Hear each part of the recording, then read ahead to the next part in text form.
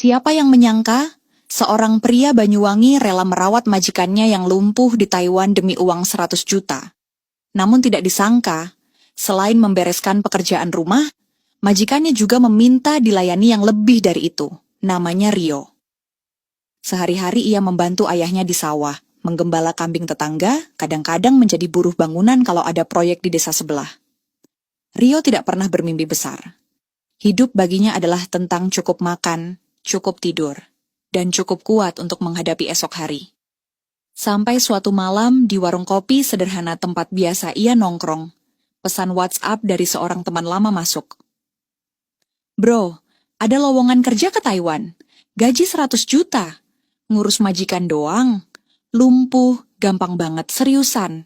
Rio membaca pesan itu berkali-kali, seolah-olah matanya menipu. 100 juta? Untuk seorang anak petani macam dia, jumlah itu seperti mimpi di siang bolong. Malam itu, di bawah remang lampu minyak di warung, Rio berpikir keras. Ibunya sedang sakit-sakitan, adik bungsunya butuh uang sekolah, ayahnya sudah terlalu tua untuk membanting tulang sendirian.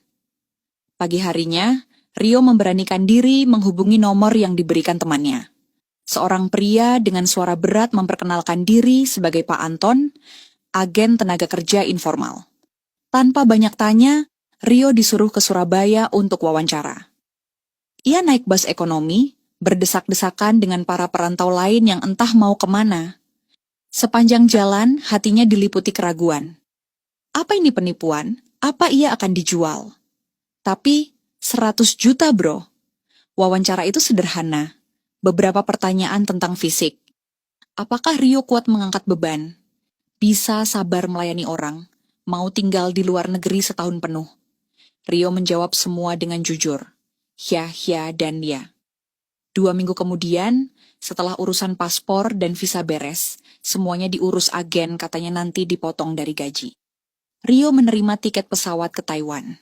Tidak ada pelatihan, tidak ada orientasi, hanya pesan singkat. Begitu sampai, jemputan sudah nunggu. Good luck bro. Dan begitulah Rio, dengan satu ransel butut berisi 2 pasang baju dan 1 jaket tipis. Berdiri untuk pertama kalinya di Bandara Internasional Taoyuan. Matanya terbelalak melihat betapa megahnya negeri asing ini. Lampu neon di mana-mana, petunjuk dalam huruf aneh yang tidak bisa ia baca.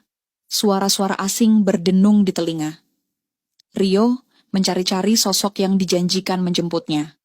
Setelah beberapa menit, seorang wanita berpakaian rapi, berumur sekitar 40-an, melambaikan tangan ke arahnya. Ia membawa papan kecil bertuliskan Rio.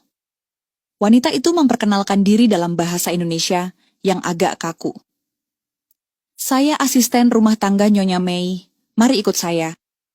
Tanpa banyak bicara, Rio menaiki mobil sedan hitam mengilap yang membawanya menyusuri jalanan Taipei malam itu. Di perjalanan, ia bertanya-tanya dalam hati, siapa Nyonya Mei ini? Seperti apa orangnya? Apa pekerjaannya sesulit yang dibayangkan? Rasa cemas, harapan, dan sedikit ketakutan bercampur aduk dalam dadanya. Mobil berhenti di depan sebuah apartemen megah bertingkat tinggi. Asisten itu membawanya masuk, menekan lift ke lantai paling atas, penthouse. Pintu apartemen terbuka, dan di sanalah Rio melihatnya untuk pertama kali. Seorang wanita duduk di kursi roda listrik, mengenakan gaun rumah sederhana berwarna pink. Wajahnya cantik, jauh lebih muda dari yang Rio bayangkan. Rambut hitam panjang tergerai lembut, kulitnya pucat bersih, matanya tajam namun lelah. Wanita itu tersenyum tipis. Malam itu, Rio tidur di kamar kecil, di sudut apartemen mewah itu. Ia menatap langit-langit, mendengarkan suara angin Taipei yang berbeda dari kampung halamannya. Hari pertama Rio bekerja terasa canggung. Ia bangun sebelum matahari terbit, mengenakan seragam sederhana yang sudah disiapkan. Kaos putih polos dan celana kain abu-abu. Di dapur, sudah ada instruksi tertulis. Buatkan sarapan, mandikan Nyonya Mei, lalu bersihkan apartemen. Semua terasa seperti rutinitas biasa, sampai Rio harus membantu Nyonya Mei mandi. Ia mendekati kamar mandi besar dengan bathtub marmer mengkilat. Nyonya Mei sudah menunggu, duduk di kursi rodanya, mengenakan jubah mandi tipis. Kau harus membantu aku mandi, Rio. Tidak usah sungkan. Aku sudah terbiasa. Kalimat itu terdengar ringan, tapi bagi Rio seolah beratnya setumpuk batu. Ia merasa seperti melanggar sesuatu yang suci. Dengan perlahan, Rio membuka jubah mandi itu. Ia menahan napas melihat tubuh Mei. Kulitnya bersih meski otot kakinya tampak sedikit mengecil akibat lumpuh. Rio dengan hati-hati mengangkat tubuhnya ke bathtub. Membasahi tubuhnya dengan air hangat, mengusap kulitnya dengan spons lembut. Setiap sentuhan terasa asing, bukan seperti sentuhan anak desa membantu neneknya mandi, tapi ada sesuatu yang bergetar. Sesuatu yang Rio sendiri takut untuk diakui. Mata Nyonya Mei selalu tertutup saat Rio menyentuhnya. Hanya sesekali ia membuka mata dan menatap Rio. Tatapan kosong bercampur kerinduan yang tak terucapkan. Setelah selesai, Rio mengeringkan tubuh Nyonya Mei dengan handuk tebal. Ia berusaha seprofesional mungkin, tapi tubuh mudanya sulit berbohong. Ada kegugupan dalam setiap gerakannya, ada rasa bersalah yang diam-diam tumbuh di sudut hatinya. Hari-hari berikutnya berjalan dalam keheningan.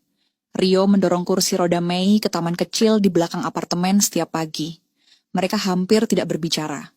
Hanya bunyi gemericik air mancur kecil dan suara burung yang terdengar. Kadang-kadang suara tawa anak muda dari bawah apartemen membuatnya merasa semakin asing, semakin sendirian. Hari itu hujan turun deras di Taipei. Mei memanggilnya dengan suara pelan.